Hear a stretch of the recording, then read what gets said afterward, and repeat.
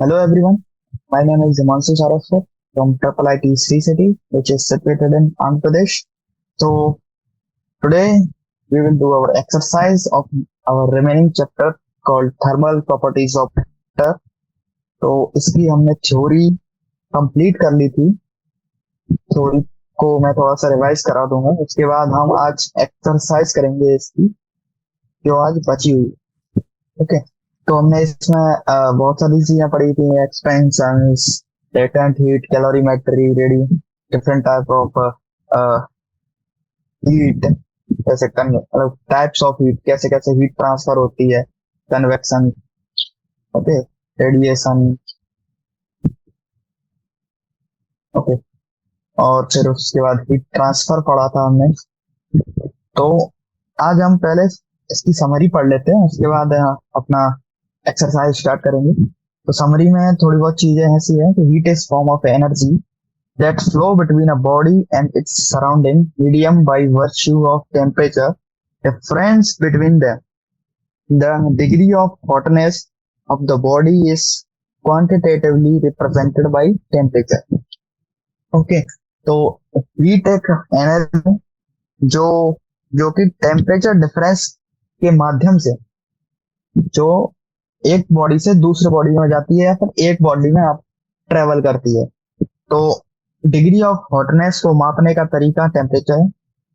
Temperature measuring device है कुछ, उनके बारे में जानकारी है। तो Celsius temperature and the Fahrenheit temperature, तो इन दोनों में जो रिलेशन होता है फ़ारेनहाइट एंड सेल्सियस में, तो वो इस प्रकार इन्होंने दर्शाया है कि T Fahrenheit equal to 9/5 T C plus 32।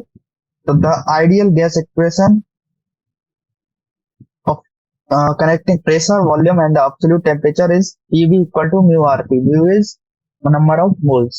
Where mu is number of moles and R is universal gas constant. Okay. In the absolute temperature scale, the zero of the scale corresponding to the temperature is very fixed in nature. Has the least possible molecular activity. The Kelvin absolute temperature scale T has the same unit size as the Celsius scale, but different in the origin. Okay. तो T Celsius और Kelvin में भी एक relation है, T C equal to T K -233 plus 1 the coefficient of linear and the volume expansion are defined by delta L by L equal to alpha 1 delta T. इसी प्रकार volume का, okay, volume के और linear दोनों में एक relation होता है, अल्फा भी 3 times of alpha L. The specific heat capacity of substance S equal to 1 by m delta Q by delta T, where m is the mass of substance and Q is the heat required to change its temperature by delta T. The molar and specific heat capacity of a substance is defined by C equal to 1 by mu delta Q by delta T, where mu is number of moles of the substance. The latent heat of fusion, latent heat of fusion comprising different type of heats हैं. The three modes of heat transfer are conduction, modes of heat transfer हैं, convection and radiation. Okay, the conduction heat is transferred within neighboring part of body through molecular collision without any flow of matter. For a bar of length L and uniform cross section A with its end maintained temperature Tc and T D, the rate of the flow of the heat Hx equal to K into A area T delta T by L. Okay. The Newton law of cooling, delta Q by delta T equal to minus K delta T. Okay. The amount of कुछ quantity, symbol, dimension, unit और remark दिए गए हैं. Okay, तो अब आते हैं हम अपनी एक्सरसाइज पे। तो सबसे पहले हम अपना 10.1 क्वेश्चन सॉल्व करेंगे। That point of neon carbon dioxide are, neon और कार्बन डाइऑक्साइड का ट्रिपल पॉइंट दिया गया है 22.57 Kelvin and 216.55 Kelvin respectively. Express these temperature on the Celsius and the Fahrenheit scale. Okay, तो जो दो गैस हैं, दोनों गैसों का केल्विन में दिया गया है, उनको फ़ारेनहाइट और सेल्सियस में चेंज करना है। तो एक का है 24.57। ओके, एक है 2.57। ठीक, अब इसको हमें सबसे पहले हम चेंज करते हैं इसे। करने के लिए क्या करेंगे हम, इसमें से माइनस कर देंगे 22.57 माइनस माइनस 273.15। तो ये माइनस करेंगे तो कितना आएगा। ओके, तो इसका आंसर हमारे पास, ओके, तो इनका आंसर हमारे पास है इस प्रकार। टी के दे रखा था, टी सी निकालने के 22.57 माइनस 273.15। ओके, तो क्या आया, माइनस ऑफ 248.58 डिग्री सेल्सियस। अभी अभी अगला वाला निकालते हैं। अगला वाला है 216.55। अगला वाला है 216.55 केल्विन। तो इसमें से 216.55 माइनस 273.15 करेंगे तो क्या आएगा, तो ये आएगा minus of 56.6 degree Celsius. Okay, अभी इसको 22.57 को केल्विन को फ़ारेनहाइट में चेंज करना है। फ़ारेनहाइट में चेंज करने के लिए हमारे पास एक सीधा फॉर्मूला था। क्या फॉर्मूला था, जो कि हमने अभी पढ़ा है। ये है वो formula, T Fahrenheit equal to 9/5 T C plus 32। क्या है, T Fahrenheit equal to 9/5 T C plus 32। Okay, तो इसको चेंज करते हैं 9/5। Okay, T C, T C कितना है अपना, 22.57, 22.57 प्लस 32, 32 प्लस 32। तो ये अप्रोक्सीमेटली आएगा 54.57। इसी प्रकार से हम निकाल लेंगे इसका 216.55 हो गया, मल्टीप्लाइड बाई 9.5 प्लस 32। ओके, तो ये क्या आएगा, तो ये आएगा 421.79। Okay, hello.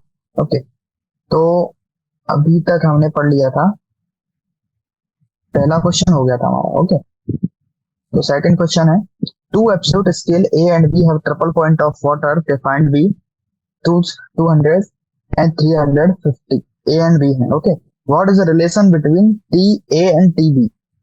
तो दोनों मतलब दो, मतलब ए और बी दो ट्रिपल पॉइंट हैं of water. Two absolute scale A and B have triple points of water. मतलब ट्रिपल पॉइंट दिए गए हैं तीनों के, मतलब सॉरी वाटर के, डिफाइंड भी टू 200 और 300, 350 दिया गया है। तो रिलेशन बताना है इन दोनों के बीच में। ओके, रिलेशन कैसा होगा, ये as we know triple point of water is absolute scale 273.16 Kelvin. Okay, जैसे 15 होता है ना, तो इसमें 16 लिया है क्योंकि 15 का जो जीरो है तो उसमें 0.001 एक्स्ट्रा करते हैं तो वो ट्रिपल पॉइंट हो जाता है।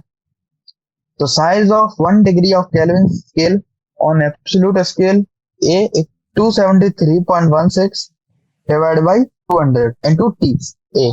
ओके, तो value of temperature T B on absolute scale B, B के लिए क्या हो जाएगा 273.16 by 350 TB।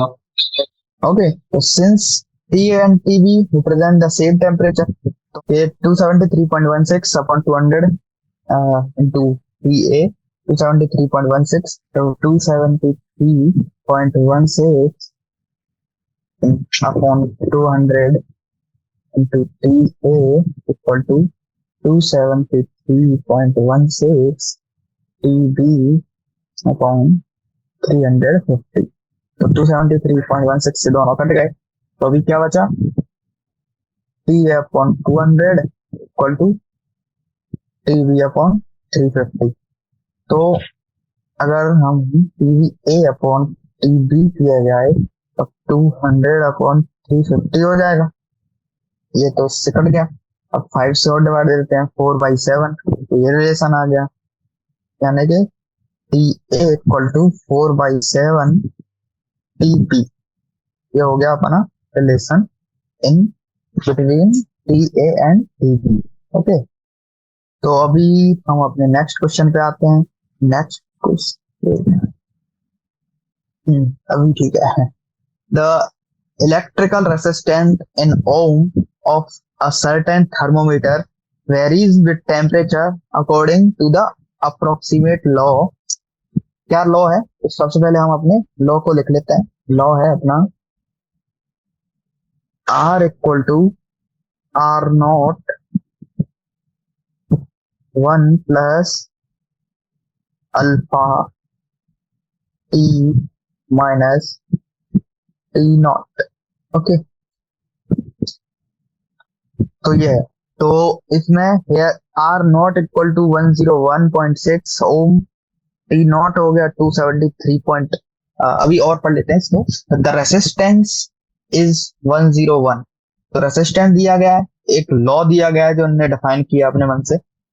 Eight the triple point of water, triple point of water दे रखा है 165 ohm at the normal melting point of lead 600.5 K Kelvin. What is the temperature when the resistance is 123.4 ohm? तो इन्होंने क्या है ना, एक question सीधा है कि एक लॉ बना के दे दिया अपने मन से, ये लॉ है तुम्हारे पास, और इनिशियली एक रेसिस्टेंस दे दिया है, मतलब एक R0 का वैल्यू मान लिख सकते हैं। तो इसमें R0 का वैल्यू दे रखा है ये, और एक लॉ दे दिया बना के, और ट्रिपल पॉइंट दे दिया। ट्रिपल पॉइंट मतलब T0, मतलब इसमें से दो तीन चीजें हमारे पास दे दी गई हैं। सबसे पहले क्या दे दिया, R0 दे दिया इस लॉ में, और T0 दे दिया है। और क्या क्या चीजें दे रखी हैं ये देख लेते हैं हम। तो 273 वाटर का दे रखा है and 165 ohm at the normal melting point of lead. तो लेड के मेल्टिंग पॉइंट पे इसका अलग से एक और जो दे रखा है वो है रेसिस्टेंस 165.5 ओम। तो what is the temperature when the resistance is 123.4 ओम। तो इस केवल इसी लॉ से हमें ये बनाना है। तो मतलब क्या है कि पहले वाले में क्या है, 165.5 ओम कब है, जब हम 101.6 ये रखते हैं R0 का वैल्यू, और 1 प्लस अल्फा का वैल्यू हमें निकालना पड़ेगा इससे, और टेम्परेचर कितना है 600.5 kelvin. Okay, minus normal temperature of 273.16। Okay, तो ये हमारी इक्वेशन आ गई हमारे सामने। अब इक्वेशन को हमें इसको सॉल्व कर लेना है। अब सॉल्व करने के लिए क्या है ना, थोड़ी बहुत मेहनत करनी पड़ेगी और कुछ नहीं। ओके, तो इसको सॉल्व करेंगे तो 165.5, अब इसमें 1 से मल्टीप्लाई करेंगे सेम हो जाएगा, तो इधर आगे माइनस हो जाएगा। 101.6 equal to 101.6 multiplied by alpha और 600.5 माइनस 273.16। इसको मैं अप्रोक्सीमेटली लेके चल रहा हूँ। तो इस ये जो 101.6 है ना, इधर 101.6 इधर हो जाएगा। ओके, तो ये सारी चीजें ये मल्टीप्लाइड में है ना, तो ये सारी मतलब इसको एक तरह से बना सकते हैं अल्फा का फॉर्मूला यहीं से direct, R0 plus R0 alpha T minus T0। तो हम इसे बना सकते हैं R minus R0 upon R0 T minus T0 equal to alpha. Okay, तो इससे हम अपना अल्फा निकाल लेंगे। तो अल्फा सबसे पहले क्या आया, अल्फा जो भी जो वैल्यू है वो आई तो अल्फा इनने क्या करा ना, सीधा वैल्यू पूरी निकाली नहीं है, पूरी वैल्यू निकालने के बजाय इनने क्या करा, सीधा सीधा अल्फा रख दिया है, सीधा सीधा अल्फा रख दिया है। ओके, तो सीधा सीधा अल्फा रख देंगे तो शायद मे भी हो सके कि कुछ कट कटा जाए। हाँ, ये कट रहा है ना, तो ये 101 इससे मल्टीप्लाई होगा तो ये कट जाएगा। तो ये कुछ चीजें आपस में लास्ट में सब कुछ भी जो सब कैलकुलेट करके आएगा वो हमारा 384.83 केल्विन। ओके, तो हमने ये वाला क्वेश्चन कर लिया है। तो अब हम नेक्स्ट क्वेश्चन पे आते हैं अपने। तो नेक्स्ट क्वेश्चन है, the triple point of water in a standard fixed point in modern thermometry. Okay, तो क्या देखा है कि triple point of water is standard fix point in modern thermometry. जो कि हमें पता है कि जो स्टैंडर्ड होता है ना वो एकदम फिक्स रहता है। Why, what is wrong in taking the melting point of ice and the boiling point of water as standard fixed point as was originally does in Celsius scale? There was two fixed point in original Celsius scale mentioned above, which were assigned the number 0 degrees Celsius and 100 degrees Celsius respectively on the absolute scale. On the fixed point is the triple point of water. What is the Kelvin absolute scale is assigned the number 27.3116 Kelvin. What is the other fixed point? तो इन्होंने कुछ ऐसे ही अपनी theory बनाई है, उस theory को हमें सिद्ध करना। ओके, तो इसके एक दो क्वेश्चंस और हैं। तो क्या है, सबसे पहला कि ट्रिपल पॉइंट के बारे में कुछ कमेंट करना है। तो triple point of water has unique value, जो पता है हमें क्योंकि थोड़ी देर पहले ही पढ़ा था क्वेश्चन के आधार से। तो the melting point and boiling point of ice and water respectively do not have unique value and change with the change in pressure. तो देखो, जो हमने मतलब पढ़ा था एक PV equal to mu R T, तो उसमें हम जान सकते हैं कि अगर हम प्रेशर और प्रेशर ऑफ वॉल्यूम में चेंज करें तो टेम्परेचर भी चेंज होगा। और इसका एक बहुत अच्छा सा एक एग्जांपल हमारा है प्रेशर कुकर। प्रेशर कुकर जानते हो आप सब लोग? प्रेशर कुकर में क्या होता है कि उसमें प्रेशर बना दिया जाता है एक सीटी वीटी के माध्यम से, अंदर से मतलब प्रेशर बना देते हैं। अब प्रेशर क्या करता है ना, अब नॉर्मल कोई चीज होगी उसको पकने में टाइम लगेगा। डायरेक्ट पकाएंगे, अगर कढ़ाई में पका रहे हैं कुछ भी चीज, जैसे कढ़ाई में सब्जी है ना, कढ़ाई में सब्जी पकाएंगे तो उसमें अगर टाइम भी लग सकता है। बट अगर अगर हम यूज करें प्रेशर कुकर का उसी सब्जी को बनाने में, तो वो सब्जी जल्दी बन जाएगी। क्यों? क्योंकि प्रेशर क्या है ना, प्रेशर ज्यादा होगा तो टेम्परेचर भी ज्यादा हो जाएगा। अब ऑलरेडी मतलब कम टेम्परेचर दे रहे हैं हम, हीट कम दे रहे हैं, बट अंदर टेम्परेचर ज्यादा हो जाएगा क्योंकि प्रेशर ज्यादा है। हाँ, क्योंकि वॉल्यूम तो सेम रहता है, वॉल्यूम कांस्टेंट है तो प्रेशर के अनुसार ही टेम्परेचर बढ़ेगा। ओके, तो अब वाटर भी इसी के अनुसार काम करता है कि जितना प्रेशर बढ़ा देंगे या फिर वॉल्यूम कम कर देंगे तो टेम्परेचर बढ़ जाएगा। ओके, तो इसी के आधार पर ये एक दो क्वेश्चंस हैं। तो एक क्वेश्चन, अगला क्वेश्चन ये है कि two ideal gas thermometer A and B use oxygen and hydrogen respectively. Okay, the following observation are made. What कौन सी उन्होंने बना ली है, देखा जाए तो कुछ ऑब्जर्वेशंस हैं। एक ऑब्जर्वेशन ये है, मतलब टेम्परेचर, प्रेशर और मतलब टेम्परेचर लिया है, टेम्परेचर बढ़ाते जा रहे हैं और थर्मोमीटर ए और बी में हम चेंज देख रहे हैं। तो ट्रिपल पॉइंट ऑफ वाटर दोनों में 1.250 इंटू 10⁵ पास्कल है और बी के लिए यही है 0.200 इंटू 10⁵ पास्कल। ओके, और normal melting point of sulphur ये भी दे रखा है 1.797 इंटू 10⁵ पास्कल और थर्मोमीटर डी के लिए 0.287 इंटू 10⁵ पास्कल। तो what is the absolute temperature of normal melting point of sulphur as read by thermometer A and B. तो इसके एक दो क्वेश्चंस हैं, इसको क्वेश्चंस को हम देखेंगे। तो क्या है कि what do you think is the reason behind the slight difference is the answer of thermometer A and B। तो इसका आंसर है कि two value the value of the melting point of sulfur found from the two thermometer differ slightly due to reason that in practice the gases do not behave strictly as perfect gas। तो आपको पता है कि scientist जब भी कोई formula लाते हैं तो वो एक आइडियल गैस की तरह लाते हैं। मतलब कोई सी भी अगर गैस के लिए फॉर्मूला है ना, तो उसको समझेंगे कि हमेशा आइडियली बिहेव करेगा और आइडियली करता नहीं है वो हमेशा, क्योंकि ये रियलिटी है। रियलिटी में थोड़ी बहुत, क्योंकि साइंटिस्ट है और ये है वर्ल्ड भगवान का। साइंटिस्ट हर चीज पे काबू नहीं पा सकते, तो उसको हर चीज कुछ कुछ चीजों को वो लेट कर लेते हैं कि हाँ ये है, ओके, बट होता नहीं है ऐसा।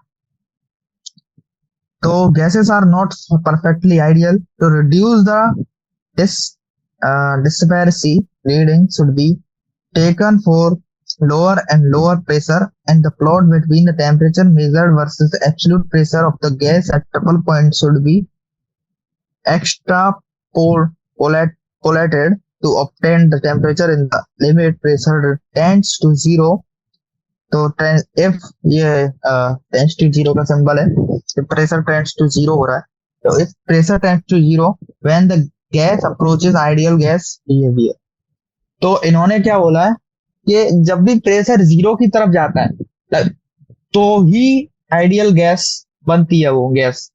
मतलब जब भी प्रेशर जीरो की तरफ जाएगा, जो कि इस धरती पर पॉसिबल नहीं है ऑटोमेटिकली, उसको बनाया जा सकता है कृत्रिम रूप से वैक्यूम चेम्बर बना के।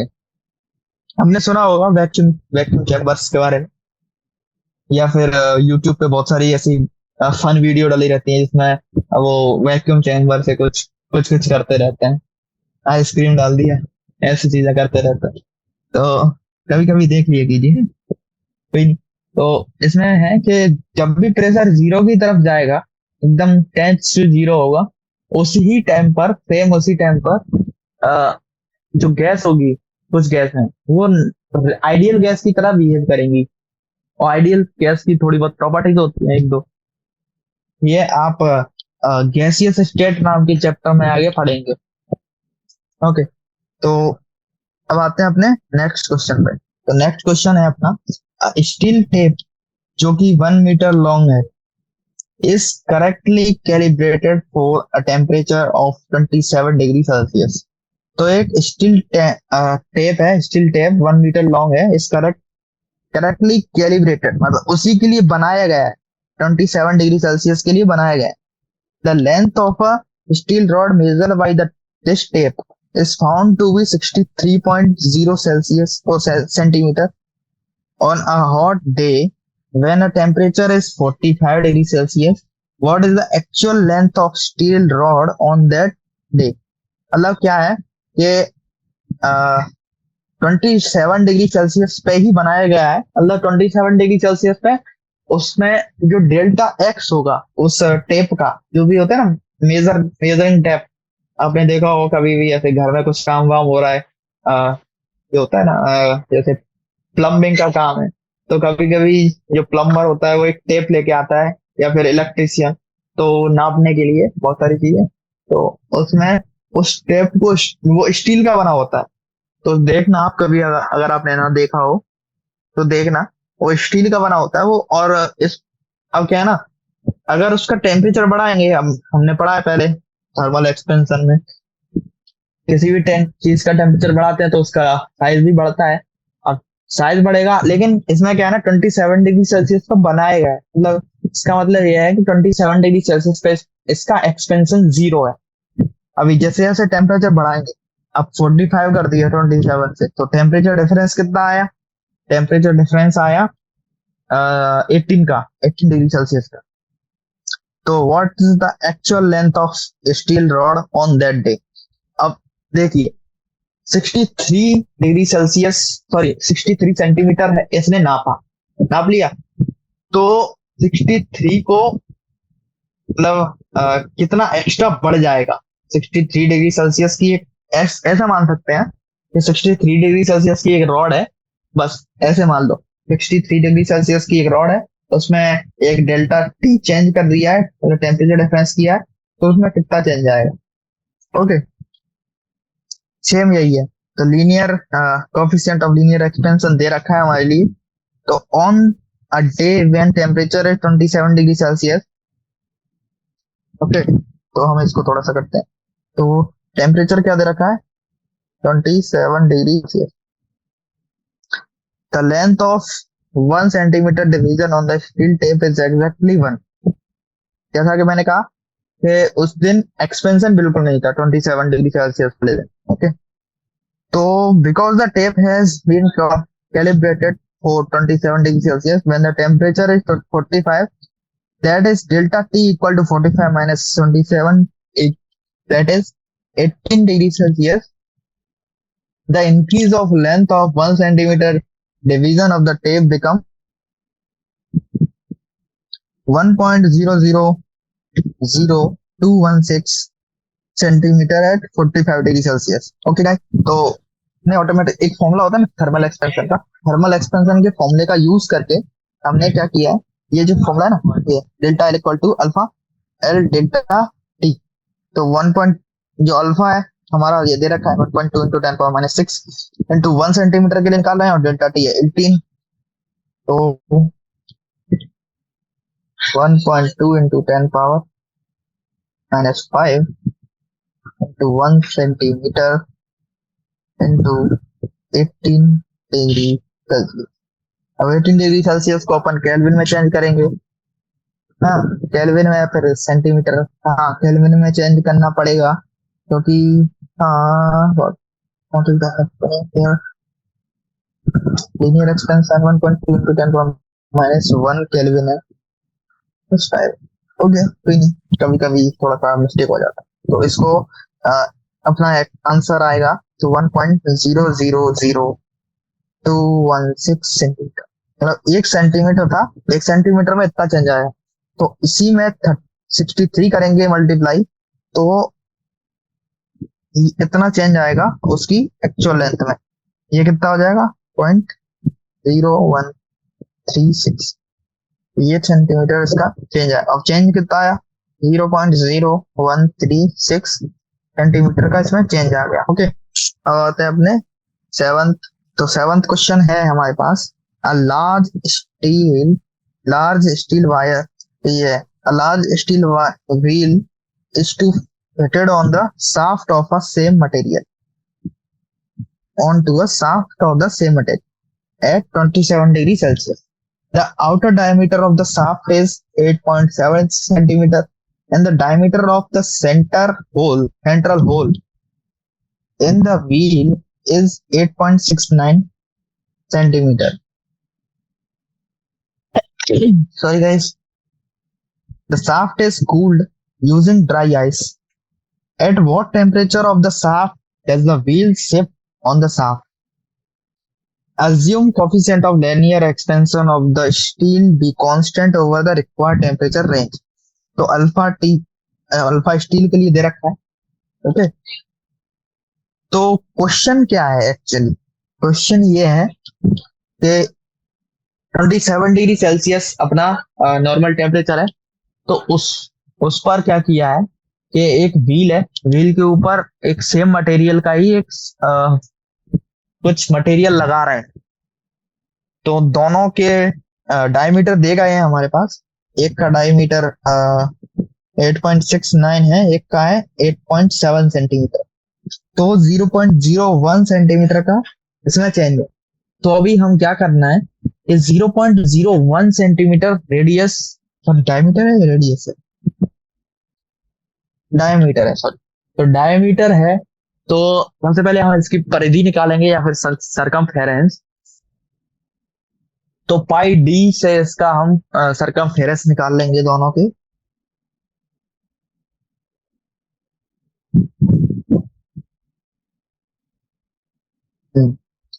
तो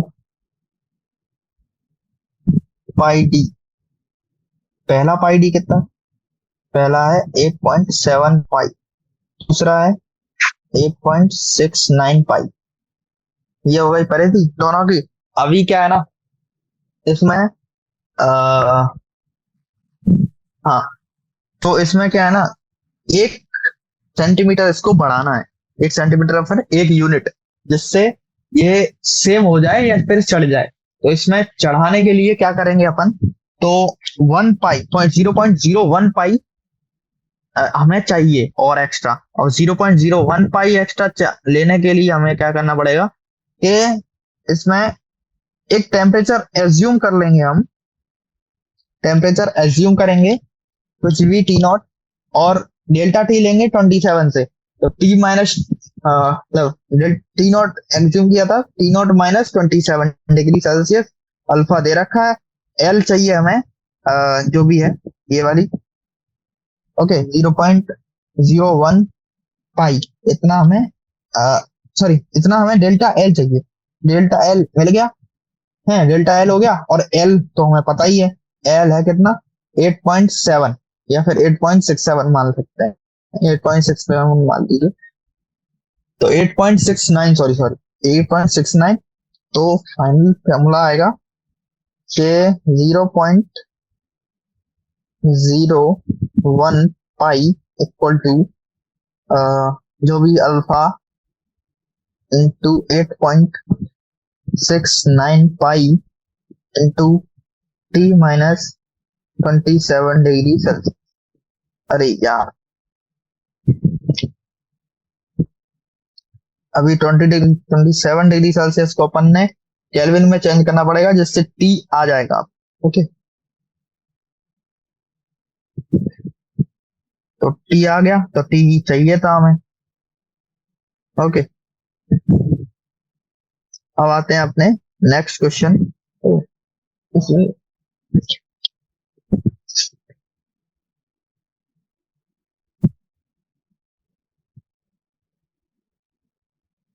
अब आते हैं हम अपने नेक्स्ट क्वेश्चन, जो कि इधर गया यार, कभी कभी कभी कभी ये बहुत गड़बड़ देता है मेरा लैपटॉप, जैसे आज दे रहा है।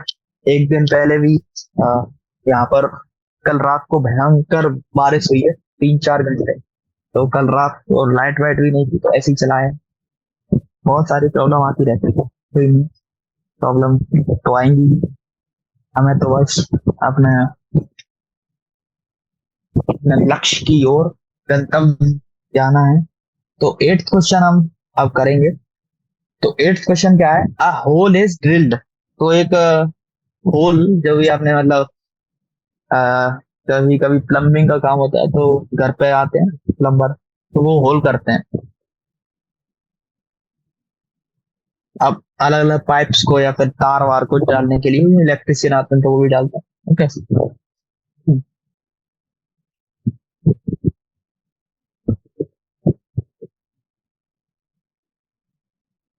तो a hole is drilled in a copper steel sheet, sorry copper sheet है एक, उसमें हम होल कर रहे हैं। तो होल कर रहे हैं, तो diameter of the hole is इतना दे रखा है, सेंटीमीटर है 27 degree Celsius. What is the change in diameter of the hole when the sheet is heated to 227 degree Celsius. मतलब कितना बढ़ा दिया, 200 डिग्री सेल्सियस बढ़ा दिया direct. Coefficient of linear expansion of copper, तो क्या है, तो व्हाट इज द चेंज, मतलब क्या है ना, सीधा क्वेश्चन मैं डायरेक्ट समझा देता हूँ आपको। क्वेश्चन ये है कि एक प्लम्बर आया, प्लम्बर ने एक कॉपर, या फिर जो भी है कोई, प्लम्बर ने या फिर किसी ने सीट, एक कॉपर सीट है उसमें छेद किया। अब छेद करने से क्या हुआ, 4.24 डिग्री सेल्सियस, सॉरी 4.24 सेंटीमीटर का एक डायमीटर का एक होल बन गया। ये है टेम्परेचर 27 डिग्री सेल्सियस पे। अगर what is the change in diameter, अभी यही डायमीटर है, अब इसको ही चेंज कर रहे हैं अपन, हीट दे के, हीट दे के चेंज कर रहे हैं, तो 227 डिग्री सेल्सियस की हीट दी है। ओके, तो अब देखते हैं हमारे पास क्या क्या चीजें अवेलेबल है, जिससे हम अपना आंसर निकाल सकें। तो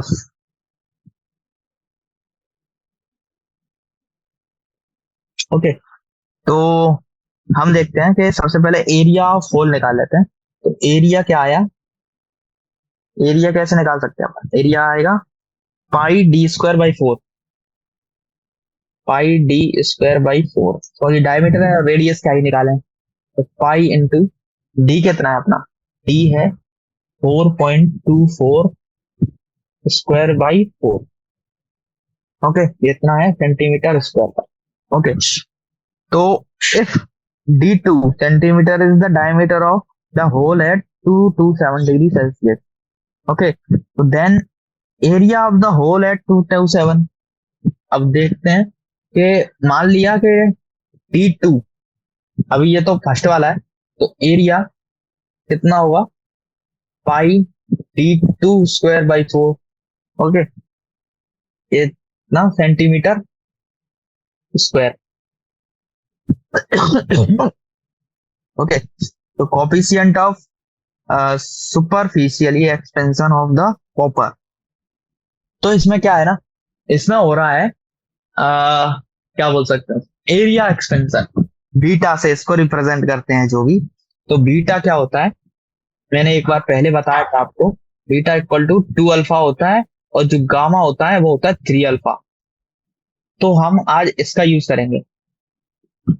ओके, तो बीटा होता है 2 अल्फा, अभी अल्फा दे रखा है हमें, तो 2 अल्फा से ये जो अल्फा है ना हमारे पास, किधर गया, हाँ ये कॉपर के लिए, तो 1.7 टू 10 पावर -5 है ना, तो कितना हो जाता है, तो 3.4 इंटू 10 पावर -5 हो जाएगा। ओके,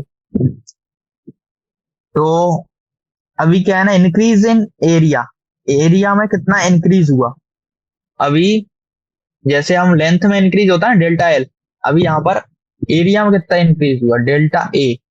तो डेल्टा ए निकालने के लिए क्या था, pi by four into 4.24 square minus pi by four into D2 square, equal to कितना है, इक्वल टू हमारे पास बीटा जो एक्चुअल A1 है, एरिया, और डेल्टा टी, डेल्टा टी है हमारे पास 200, बीटा भी दे रखा है, A1 है हमारे पास, बस D2 आ जाएगा। अब पाई बाई फोर को हम कॉमन ले लेते हैं, तो 4.24 इसका square minus D square equal to beta जो भी दे रखा है, ए जो भी पाई बाई फोर इंटू 4.24 का और स्क्वायर इंटू 200। अब पाई बाई फोर तो ये कट गया, ये 200 इसमें अपन में आ जाएगा 200, या फिर इस इधर नहीं चाहे तो क्या है, अब डी स्क्वायर इक्वल टू क्या करें अपन, अपन करेंगे बीटा इंटू 4.24 का whole square into 200 into sorry into नहीं, हाँ प्लस, प्लस करेंगे 4.24 का होल स्क्वायर, इसको कॉमन कर लेते हैं 4.24 का होल स्क्वायर को, तो आ जाएगा 200 बीटा प्लस 1। ओके, तो अभी लास्ट अंततः इसको सॉल्व करने के बाद हमारे पास जो भी D2 है हमारे पास क्या आएगा, इसको अभी रूट भी तो लेना पड़ेगा, अब सेंटीमीटर में है इसको मीटर में ही चेंज करना पड़ेगा, 2-3 काम और है। तो क्या आया, D2 हमारे पास आया अंततः 4.2544 सेंटीमीटर, ये हो गया D2। तो अब चेंज पूछा है, तो D2 minus D1 equal to 0.0144 centimetre, ये हो गया चेंज। ओके, अब आते हैं हमने नाइन्थ क्वेश्चन पे। नाइन्थ क्वेश्चन है, a brass wire 1.8 metre long, तो एक 1.8 मीटर लॉन्ग एक ब्रास का वायर है। ओके, तो वो 27 डिग्री सेल्सियस पे is held taught with little tension between two rigid support. Okay, तो क्या है ना, एक ब्रास का वायर है, तो हेल्ड है मतलब टंगा हुआ है, a little tension between two rigid support, if the wire is cooled at temperature of 39 degree Celsius what is the tension developed in the wire if the diameter is 2.0 mm, coefficient of linear expansion of brass इतना दे रखा है, young modulus दे रखा है क्योंकि young modulus की इसमें जरूरत पड़ेगी क्योंकि क्या है ना इसमें स्ट्रेस भी लगने वाला है, स्ट्रेस लगने के लिए इसमें यंग मॉडुलस की जरूरत पड़ेगी। ओके, तो इसका ये ज्यादा सिंपल क्वेश्चन है तो इसको मैं सॉल्व यहाँ करने नहीं वाला हूँ, इसको मैं ऐसे ही समझा दे रहा हूँ। तो एल हमारे पास दिया गया है, एल हमारे पास दिया गया है कितना 1.8 मीटर, डेल्टा टी भी दे रखा है कितना -66 डिग्री सेल्सियस क्योंकि घट रहा है। हम्म है, तो शायद ये माइनस है। ओके, -39 डिग्री सेल्सियस मैंने गलत पढ़ लिया था, -39 -27 तो 66 डिग्री सेल्सियस हो गया। तो अल्फा और अल्फा भी देखा है हमारे पास, अल्फा है क्या 2.0 इंटू 10⁻⁵ यंग मॉडुलस दे रखा है हमारे पास, यंग मॉडुलस है 0.91 इंटू 10⁻11 पास्कल। ओके, तो सबसे पहले हम इसका एरिया निकाल लेंगे, तो एरिया निकाल लेंगे तो πd²/4 तो ये आ जाएगा कुछ भी। उसके बाद यंग मॉडुलस का जो फॉर्मूला होता है FL/A∆L, तो इसका यूज करके हम डेल्टा एल निकाल लेंगे और निकाल लेंगे हम इससे L delta T, alpha delta T. Okay, तो ये आ जाएगा फोर्स। देखो जो एल डेल्टा एल है, जो डेल्टा एल है उसके दो फॉर्मूले होते हैं, एक तो स्ट्रेस और स्ट्रेन का फॉर्मूला होता है ए एल क्या था यंग मॉडुलस और यही इक्वल होता है एल अल्फा डेल्टा टी के, ये होता है heat transfer, heat sorry expansion में ये होता है स्ट्रेस, तो दोनों इक्वल है। ओके, तो दोनों को इक्वेट करा है, इन दोनों को इक्वेट करके हम सबसे पहले फोर्स निकाल लेंगे, force equal to minus of Young modulus A alpha delta T.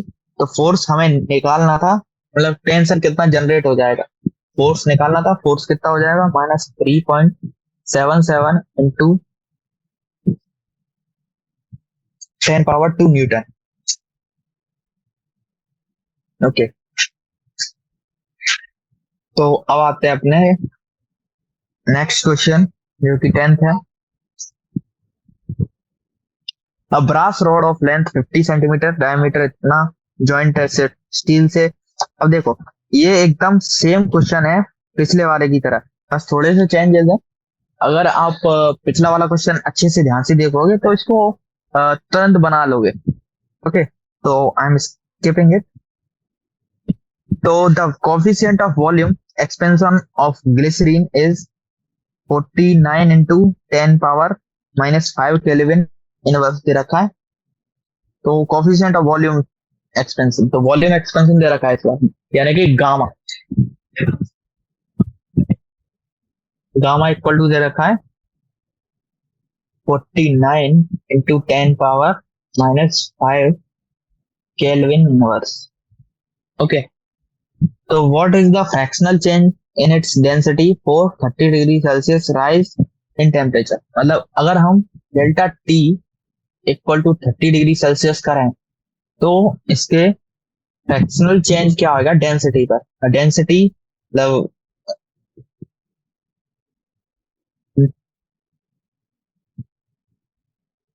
Density, density पे कितना चेंज आएगा, डेल्टा डेंसिटी निकालना। तो अब देखो इसमें मास में तो चेंज नहीं होगा, डेंसिटी क्या होता है मास बाई वॉल्यूम। अब मास में तो कोई चेंज नहीं है, मास कांस्टेंट है, तो वॉल्यूम पे ही डिपेंड करेगा ये। तो हमें ये देखना है कि इसका वॉल्यूम कितना चेंज हो रहा है। अब जितना ज्यादा वॉल्यूम चेंज होगा उतनी ही ज्यादा इसकी डेंसिटी होगी। ओके, तो सबसे पहले पहली डेंसिटी इसकी नॉर्मल पे निकाल लेंगे, तो नॉर्मल वॉल्यूम इसका लेट कर लेंगे कुछ भी वी। तो नॉर्मल इसका वॉल्यूम जो है, वॉल्यूम इसका नॉर्मल हम इसका वी लेट कर लेंगे कुछ भी वी। ओके, और चेंज कितना हुआ, डेल्टा वी। ओके, तो ये कितना आएगा अब, डेल्टा वी। तो इस मतलब टोटल वॉल्यूम कितना आएगा, plus V gamma delta T. Okay, तो इसमें से वी कॉमन ले लेंगे, ये फॉर्मूला होता है ना, V into gamma delta T. जैसे एल का होता है एल अल्फा डेल्टा टी, तो उसी प्रकार से one plus gamma delta T. Okay,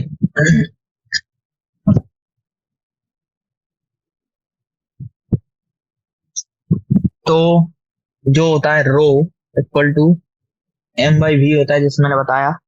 तो नेक्स्ट जो है चेंज होने वाली, तो एम अपॉन वी डैश, ये कर ली। ओके, तो इक्वल टू क्या आ रहा है, एम बाई जो 1.0, सॉरी, अब इसमें हम वैल्यू पुट कर लेंगे अपने, तो वॉल्यूम पुट करेंगे। तो वी इसमें हमने लेट करा था 1 + 49 इंटू 10⁻⁻5 इंटू 30। तो ये जितना भी आएगा ना, तो ये आएगा 1.0147 वी। ओके, तो इसी का अनुपात है वो, जो मैं यहाँ पे लिख रहा हूँ, 1.0147 वी। तो इससे हमें इसको कंपैरिजन करना है, तो वी से वी कट गया, तो वी डैश जो है हमारा आया वही। ओके, तो हम 1/v करेंगे। ओके, 0.9855 रो, ये आ गया हमारा, मतलब रो डैश। ओके, ये रो डैश है, रो डैश। ओके, ये आ गया हमारा। तो change in density, fractional change in density क्या होता है, P minus P dash upon P. तो पी माइनस पी डैश करेंगे तो 0.9 जो भी है अपॉन पी, तो रो कॉमन हो जाएगा, तो कॉमन से कॉमन कट जाएगा, और जो कॉमन आया है जो कि 1.145 है, वो इसका आंसर हो जाएगा। Okay,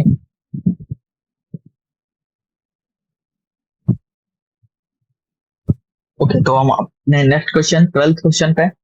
A 10 kilowatt drilling machine is used to drill a bore in a small aluminum block of mass 8 kilogram. How much is rise the temperature of block in 2.5 minutes, assuming 50% of power is used up heating the machine itself or lot of the uh, surroundings. Specific heat of aluminum दे रखा है।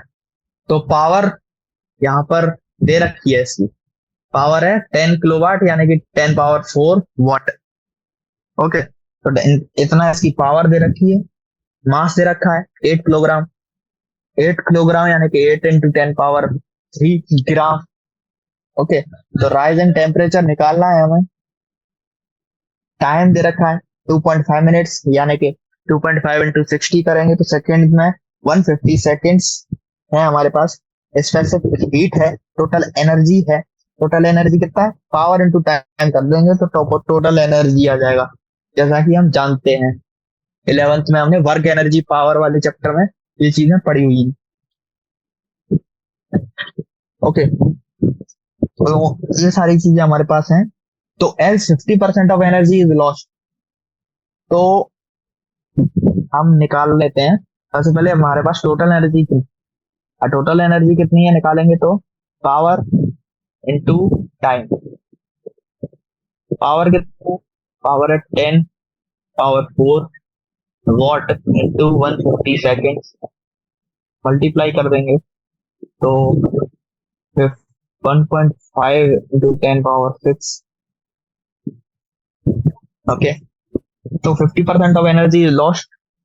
तो ये energy है, तो इसका आधा कर देंगे, यानी कि 7.5 इंटू 10⁵ इतनी एनर्जी लॉस्ट हो गई है कहीं भी। तो डेल्टा क्यू इतना है हमारे पास, यही चेंज कर रहा है टेम्परेचर में, यही चेंज कर रहा है ना। तो डेल्टा क्यू इक्वल टू क्या होता है हमारे पास, एम सी डेल्टा टी। तो एम हमारे पास है, ये कितना है 7.5 into 10 power 5 equal to 8 into 10 power C, 8 kilogram था ना। सी हमारे पास है, तो C into temperature delta T निकालना है। तो डेल्टा टी निकालने के लिए हमें इसी फॉर्मूले का यूज करके ये आ जाएगा 103 डिग्री सेल्सियस। ओके, अब आते हैं 13th क्वेश्चन पे। 13 है, a block copper block of mass 2.5 kilogram is heated in a furnace to a temperature of 500 degree Celsius and then placed on a large ice block. What is the maximum amount of ice that can melt? Specific heat of copper is इतना दे रखा है। Heat of fusion of water भी दे रखा है। Heat of fusion मतलब latent heat. Okay, तो हमारे पास क्या क्या चीजें हैं? मास ऑफ कॉपर ब्लॉक दे रखा है, फॉल इन टेम्परेचर दे रखा है, कितना टेम्परेचर फॉल हुआ है, तो 500 से 0 हो गया है। ओके, तो स्पेसिफिक हीट ऑफ कॉपर दे रखा है, लेटेंट हीट ऑफ फ्यूजन दे रखा है। ओके, तो let the mass of ice melted be M dash.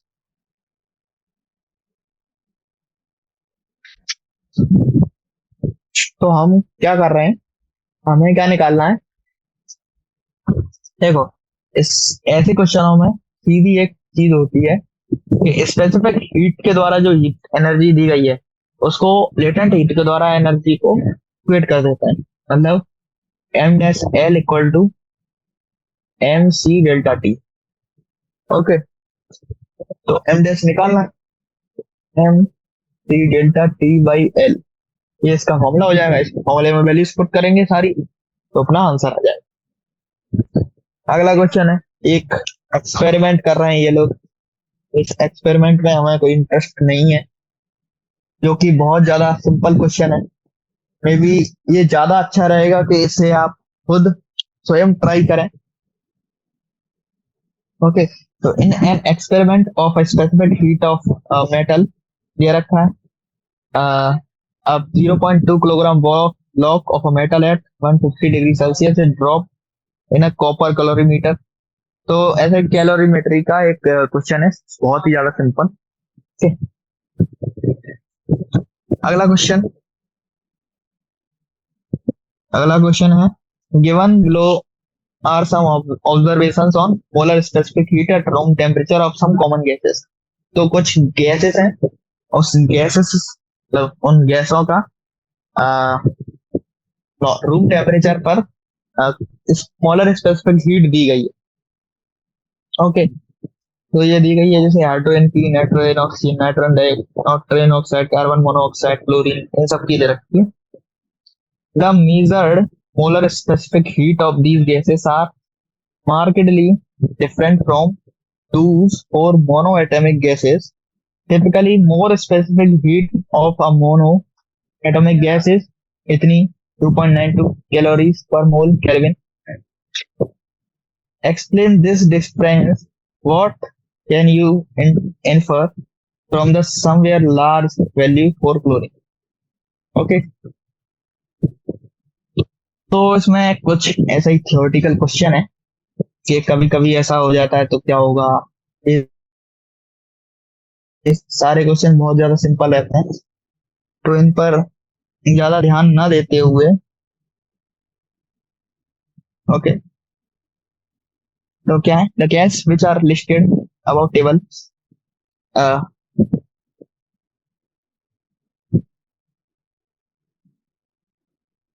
तो कुछ इसमें क्या है ना, ये क्या चेंज आता है, ये डायटोमिक, मोनोएटॉमिक और पॉलीएटॉमिक ये प्रॉपर्टी होती है कुछ गैसेस की। अभी क्या है ना, ये क्वेश्चन आपको इसलिए समझ नहीं आएगा क्योंकि आपने गैसियस स्टेट नहीं पढ़ा है। तो अच्छा रहेगा इस क्वेश्चन को अभी थोड़ी दिनों के लिए, जब मतलब एनसीईआरटी वाले तो क्या है ना, वो समझते हैं आपने पढ़ लिया है, तो इसलिए हमने क्वेश्चन डाल दिया। आपने इसको गैसियस स्टेट में आप इस क्वेश्चन को पढ़ोगे, जैसे स्टेट में गैसेस के डिफरेंट बिहेवियर के बारे में जानोगे तो आप चेक कर सकते हो कि कैसे ये चेंज हो रहा है। ओके, तो नेक्स्ट क्वेश्चन है हमारे पास। At what temperature of pressure can the solid liquid and vapour pressure of CO2 coexist in equilibrium. तो ये ट्रिपल पॉइंट होता है, at the triple point temperature, जिसमें solid liquid and vapour phase equilibrium में होते हैं, जो कि इस कार्बन डाइऑक्साइड के लिए होता है -56.6। कितना? -56.6। इसको आप लर्न करें या ना करें कुछ फर्क नहीं पड़ता, क्योंकि क्वेश्चन आता नहीं है कभी ऐसा। ओके, तो both the boiling point and freezing point of CO2 decreases if the pressure decrease। Okay, अगला क्वेश्चन क्या था कि what the effect of decrease of pressure on the fusion and the boiling point of CO2। अब क्या है ना, ये question सारे क्वेश्चन जो है इसमें जो दे रखे हैं, इस क्वेश्चन के भी, ये भी गैसियस स्टेट के क्वेश्चन है। तो पहले आप गैसियस स्टेट को पढ़ें, उसके बाद आप उसी चैप्टर में से सारे क्वेश्चंस को बना सकते हैं। अभी मैं समझाऊंगा तो कुछ खास समझ नहीं आएगा वैसे। ओके, तो answer the following questions. Same questions हैं फिर से, गैसियस स्टेट से लिए गए। CO2 at 1 atm pressure and temperature -60°C is compressed isothermally। Does it go through a liquid phase? क्या दे रखा है कि CO2 जो है at 1 atm प्रेशर पर एंड टेम्परेचर जो है -60°C इज कंप्रेस्ड आइसोथर्मली, मतलब टेम्परेचर सेम रखते हुए इसको कंप्रेस किया गया है, वॉल्यूम कम किया गया है। देखो, प्रेशर सेम है, टेम्परेचर सेम है, वॉल्यूम कम कर रहे हैं, वॉल्यूम कम कर रहे हैं। Does it go through a liquid phase? अब देखो, कम कर रहे हैं तो लिक्विड में टेम्परेचर में चेंज होगा, और टेम्परेचर में चेंज नहीं हो रहा है तो ये कहीं एनर्जी जो जा रही है, क्या क्या है ना, वॉल्यूम कम करते हैं तो टेम्परेचर बढ़ता है, टेम्परेचर बढ़ नहीं रहा है, यानी कि ये जो एनर्जी है ये कहीं जा रही है। एनर्जी जा रही है तो वो क्या करेगी, तो फेज चेंज करने में काम आएगी। ओके, बट क्या है ना, ये सफिशियंट नहीं होगी एक ट्रिपल पॉइंट से उठाने के लिए। No, the CO2 does not go through liquid phase. The point 1 temperature ATM and -60°C is to left on of a triple point O and below the sublimation curve OA, therefore where CO2 is compressed at this point at constant temperature, the point move perpendicularly to temperature axis and enter in the solid phase region. Here the CO2 vapor condenses to solid directly without going through the liquid phase। Okay, तो क्या था कि जो liquid में नहीं होगी कि अचानक से क्या है ना, इसमें जो क्या बोलते हैं, इसमें कर्व में इस प्रकार चेंज आता है कि डायरेक्ट लिक्विड से ना करते हुए, क्योंकि वो एनर्जी है तो एनर्जी जाएगी तो कहीं ना कहीं, अब जाएगी तो उसने क्या है ना, एनर्जी लेके ठंडा होके सॉलिड बन गई वो। ओके, तो इसी प्रकार के क्वेश्चन है, जब तक आप गैसियस स्टेट ना पढ़ोगे तो उसमें मजा नहीं आएगा। ये ऐसे का है कि फील नहीं आएगा एक तरह से, जो आप क्वेश्चन कर लोगे बट फील नहीं आएगा। Okay, this much water has taken 20 minutes in vapour. Okay, तो आज का हम लास्ट क्वेश्चन करते हैं। अ body cools from, question 1 minute, a body cools from, ये थोड़ा अच्छा क्वेश्चन है, इसे हम अच्छे से करेंगे। A body cools from 80°C to 50°C in 5 minutes। Okay, तो calculate the time it taken to cool from 60°C to 30°C। The time of the surrounding is, sorry, temperature of the surrounding is 20°C। तो इस तरह का same question हमने example में भी था। तो देखो, सराउंडिंग TS कितना है, 20°C, और तो एवरेज ऑफ, इसमें क्या है ना, उसमें एग्जांपल जो था जैसे मैं दिखा दूं,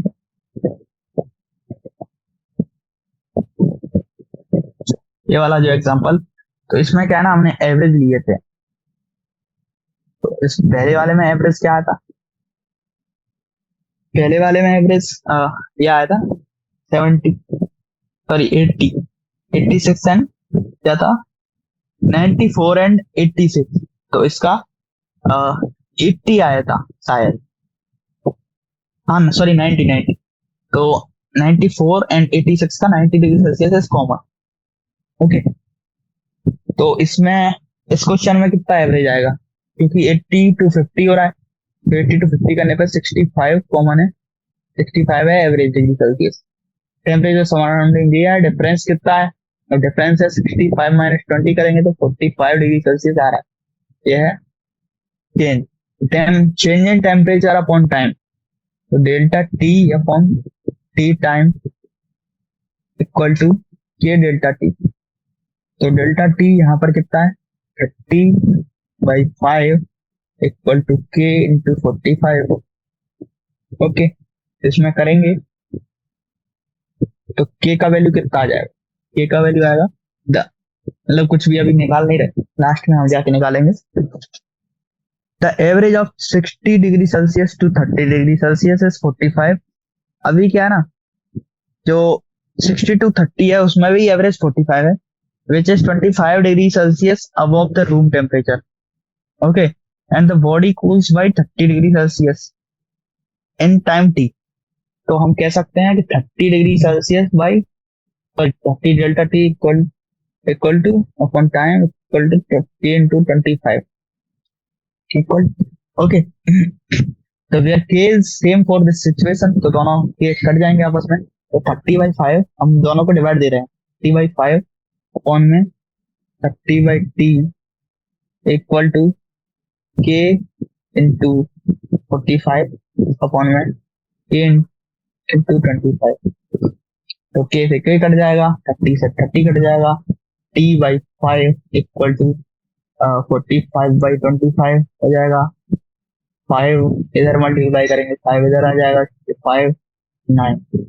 तो टी कितना आया हमारे पास, टी आया तथा टी आया 9 मिनट। ओके, टी आया 9। तो इसी के साथ ही हमारी ये एक्सरसाइज पूर्ण हो चुकी है, ये हमारी एक्सरसाइज पूर्ण हो चुकी है, इसमें एक भी क्वेश्चन नहीं बचे हैं। तो इसी के साथ हम अपने इस चैप्टर का विदा करते हैं, इस चैप्टर को। तो उम्मीद करता हूँ आपको यह चैप्टर पसंद आया होगा, और इसमें आपको मेहनत करनी पड़ेगी क्योंकि थोड़ा सा कॉन्सेप्चुअल क्वेश्चंस होते हैं इसमें, तो इसको आपके इसमें से क्वेश्चन लगाइए। डिफरेंट बुक्स आती है मार्केट में, अगर आप परचेज नहीं कर सकते तो ऑनलाइन आप इसको खरीद, कहीं से भी ऑनलाइन मिल जाएंगी आपको बुक्स। तो उन बुक्स में से आपको क्वेश्चन लगाइए, जितना ज्यादा क्वेश्चन लगाएंगे उतनी ज्यादा ठीक रहेगा। तो गुड बाय गाइस, अगली बार नया चैप्टर आपके लिए लेके आएंगे।